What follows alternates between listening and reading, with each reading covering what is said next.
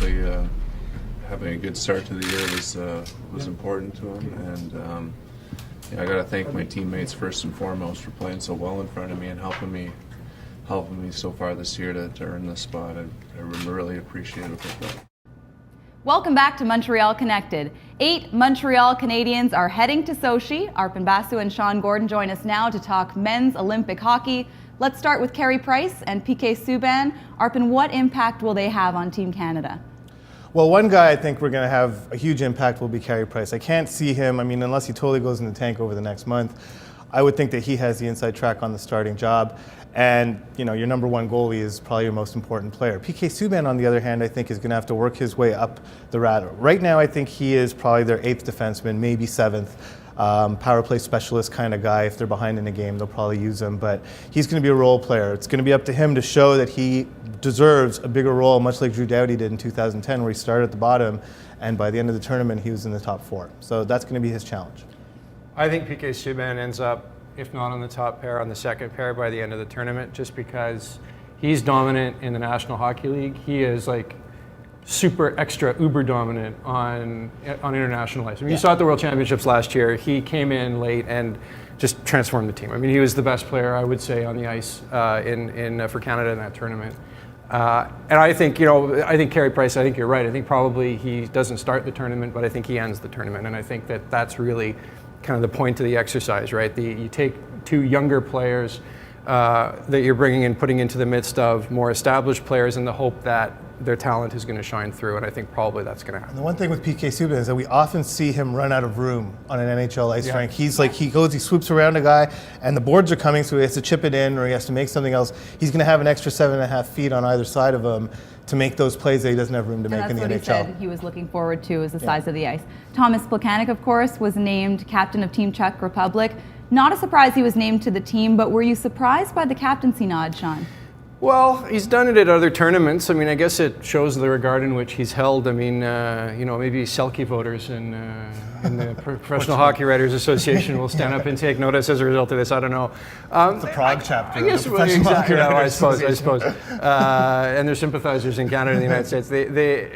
It's a slight surprise, I suppose, in that there's a lot of very decorated players who are going in Jaromir Jagr and so forth, except that when you consider the role that he's going to have, he's going to be the linchpin of that team, I think, in a lot of regards. David Krejci will be obviously the main offensive center, except that if the Czech Republic wants to get anywhere in the tournament, they're going to need for Plekanec to be doing his thing and shutting people down and also chipping in offensively. So I think it makes sense in a lot of regards to give him the seat. But I still found it rather shocking. You have Patrick Elias, Jaromir Jagr, they're 2 most decorated Czech players ever, essentially. Jaromir Jagr is pretty much the preeminent Czech player you could think of. He's on the team.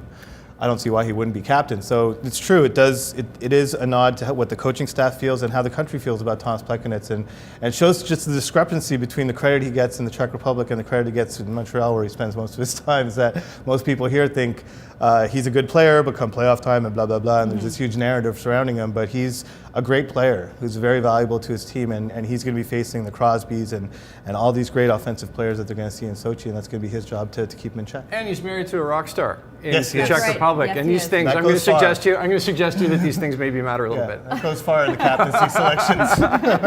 Max Pacioretty, of course, was the first Montreal Canadian to find out he was going to the Olympics. Alex Galchenyuk not invited, and now, of course, he's out with a broken hand for 6 weeks. Was it safe to say that neither of those decisions was much of a surprise when it comes to Team USA? I think it was a slight surprise that they wouldn't bring Galchenyuk. I thought that they might bring more than one youngster. I would have thought that on the big ice, given that he played at the World Championships, all that other stuff, the fact that he has some fluency in Russian and so forth. There are all these little factors that were considered elements that made him attractive to David Poile and U.S. Brain Trust, I thought might shine through in the end, but not a huge surprise. I think it would have been egregious for them to leave Pacioretty off the team, given the way that he's played on the big ice before and what he brings to the equation. Yeah, Pacioretty was a no-brainer. I think Galchenyuk really had to prolong his production and how he was playing. I think in the last month before they made the selections, he sort of tapered off a little bit. That line with Eller and Gallagher was broken up, and the production fell everywhere. So I think that kind of cost him in the end. Markov, Emelin, Diaz, Budaj, also all going to the Olympics quickly. Of all the Montreal Canadiens going to Sochi, which one do each of you think will be the most valuable to his team?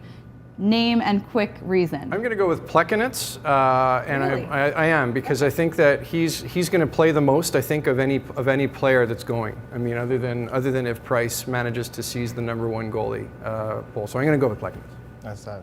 I'm going with Price because I think he will seize the #1 goalie, and he's the #1 goalie for the favorite going into the tournament. So it's got to be him.